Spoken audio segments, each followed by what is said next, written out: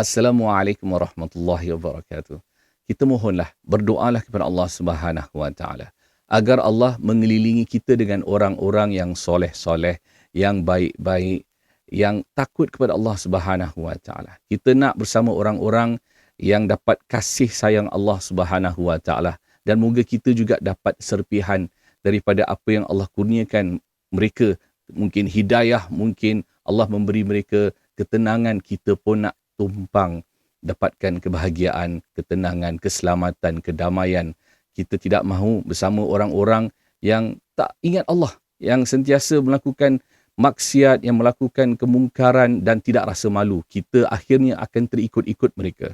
Maka kita carilah orang-orang yang dekat kepada Allah Subhanahu wa taala. Kita lihat mereka, kita ingat Allah Subhanahu wa taala. Kita malu nak lafazkan perkataan-perkataan yang lucah sebagai contoh bila kita bersama mereka. Carilah kawan-kawan baik.